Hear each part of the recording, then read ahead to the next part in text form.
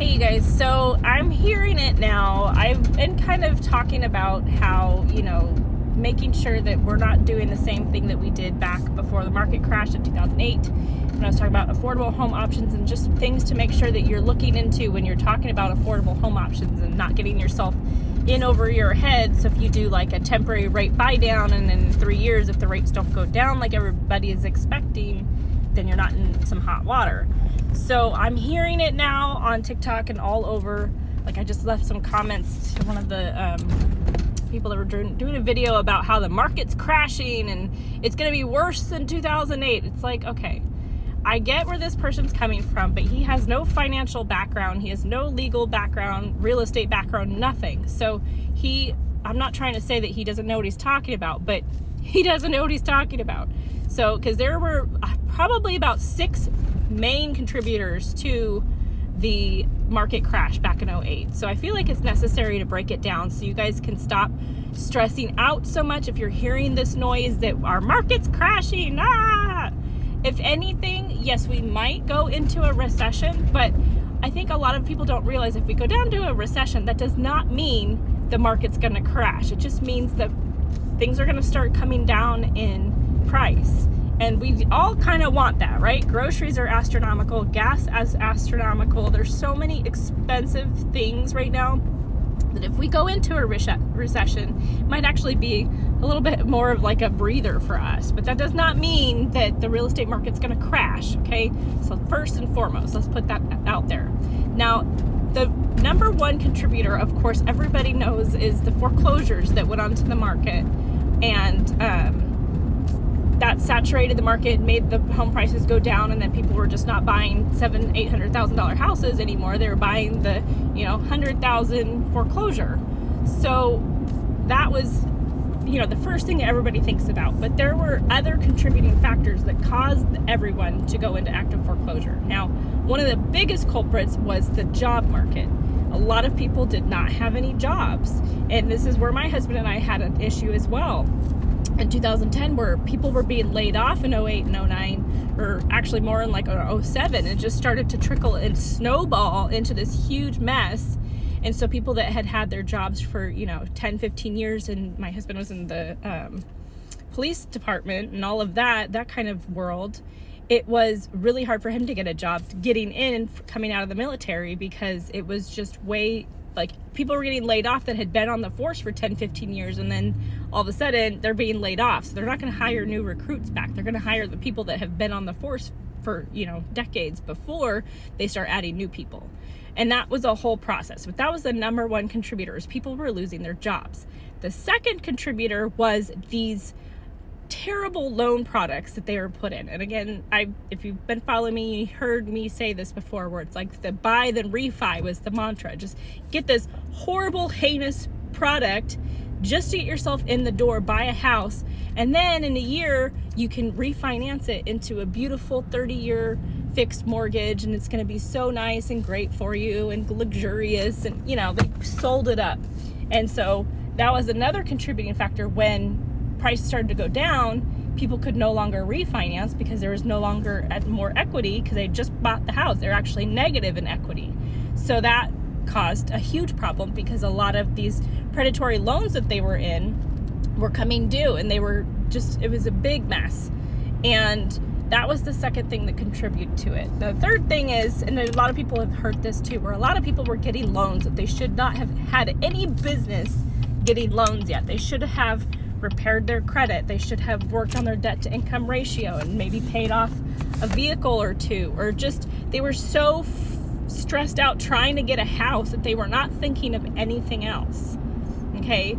And so that was another big contributor to the meltdown. Okay. And then another part of it too was the appraisal process. That has changed significantly. At least here in California, we have so many different laws and things that appraisers have to abide by that it kind of throws a wrench in everything nowadays. But I think it's a good thing, because what was happening, like even my dad can attest to this, where he was doing a refinance on his house and he literally heard the loan officer say, hold on a second, like he's yelling over to the appraiser, hey appraiser, can this appraise for blah, blah, blah. Sure, what do you need it to appraise for? X amount of dollars. All right, cool, I got you. click, done. Like, it was just so heinous how it was working, where appraisers and real estate agents were just in cahoots and just increasing prices. They weren't really paying attention to all the parameters that they need to do a full appraisal and all of the things that now lenders and appraisers can't even talk to each other. They have to hire a third-party company, and it's a very big to-do, okay, you guys? It's not an easy, simple process. They can't even contact the appraiser and talk to the appraiser, and it's very limited on what the real estate agent can even tell the appraiser, because the appraiser has to take what the agent says with a grain of salt. And this is also why I do my business the way that I do, and have that sit down with an appraiser, give them all of the documentation that we used when pricing the home the way that we did. Again, they have to take it with a grain of salt, but the more information that I can provide that shows the due diligence that we took to price the home the way that we did really substantially helps that appraiser understands the market a little bit more. Even though they're not taking what I say, they're understanding where we're coming from, if that makes any sense. Sorry, I got a text. Anyway, so that was another big contributor, was the appraisal process. It was all corrupt, okay? And there was a lot of real estate agents that were corrupt, and a lot of people went to prison. I don't think a lot of people remember that there was a lot of people that lost their jobs, got sanctions, went to prison. There was a lot of bad stuff going on, okay? And I'm not even going to talk about the whole, like, Wall Street and all of that, because that was another huge thing, and subprime lending and mortgages. That gets to be a whole convoluted mess that I don't even want to touch right now. But that is some of the basics of what happened and why we had the meltdown the way that we did.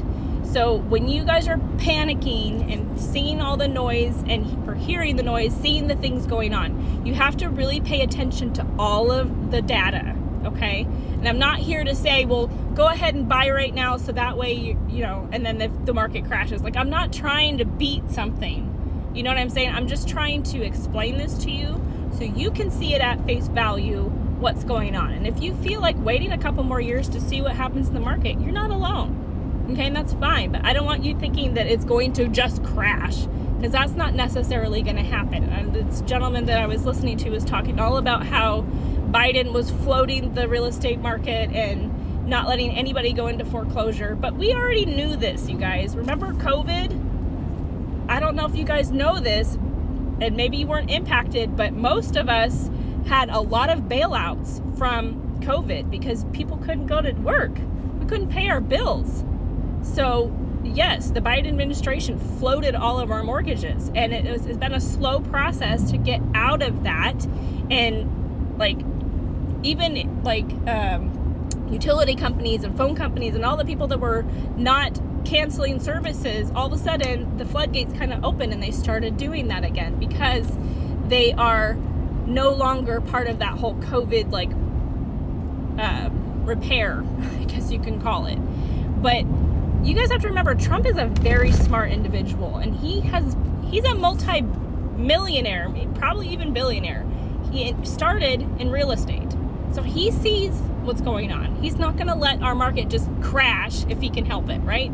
So he's going to do what he needs to do with Doge and everything, and it's going to be a little bit of pain before it gets better, okay? We're getting through the bull hockey right now, and it's going to be stinky manure for a while until we can muck out the stalls and put that manure and make it actual soil that can grow things again. It's going to be a little bit of a process. So just stick through it, relax. Every time, this is my advice, is every time you stress out and start panicking, that's the time to just breathe. And then get curious about the thoughts that you're thinking of why you're stressing out so much. Like, what are you panicking about? Okay? And I'm here to help you and guide you through this process. And I'm not going to force you to buy or sell right away. I want to sit down and talk to you about all of the options and all the information that's out there, so that you can make a decision that's right for you on the timeline that makes sense for you. And I'm never going to push you into doing things that you don't want to do sooner than you want to do them. That is not my job. My job is to support you in buying and selling your home. So if you're interested to learn more, check out my links below, and you guys have a great day.